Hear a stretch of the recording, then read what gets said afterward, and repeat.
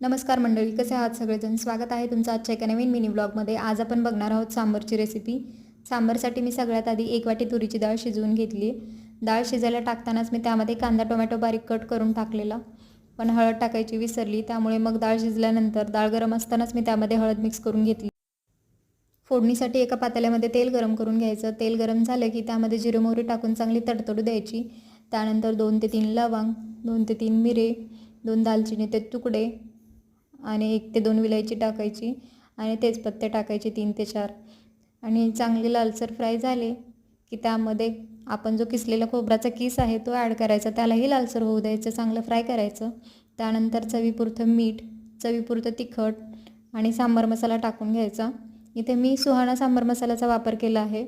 आपल्या आवडीनुसार आपण इतर कोणतेही मसाला यूज करू शकतो. हे सगळं मिश्रण आपण मंद आचेवरती फ्राय करून घेणार आहोत. फोडणी करपणार नाही याची काळजी घ्यायची. त्यामुळे गॅस कमी ठेवायचा आणि एकदम मंद आचेवरती याला फ्राय करून घ्यायचं. त्यानंतर आपण शिजलेली डाळ यामध्ये ॲड करणार आहोत. त्या डाळीला चांगली एक उकळी येईपर्यंत शिजवून घ्यायची. अशा प्रकारे आपलं सांबार तयार आहे. रेसिपी आवडल्यानंतर लाईक करायला, शेअर करायला आणि सबस्क्राईब करायला विसरू नका. चला तर मग भेटूया नेक्स्ट व्लॉगमध्ये. तोपर्यंत बाय बाय.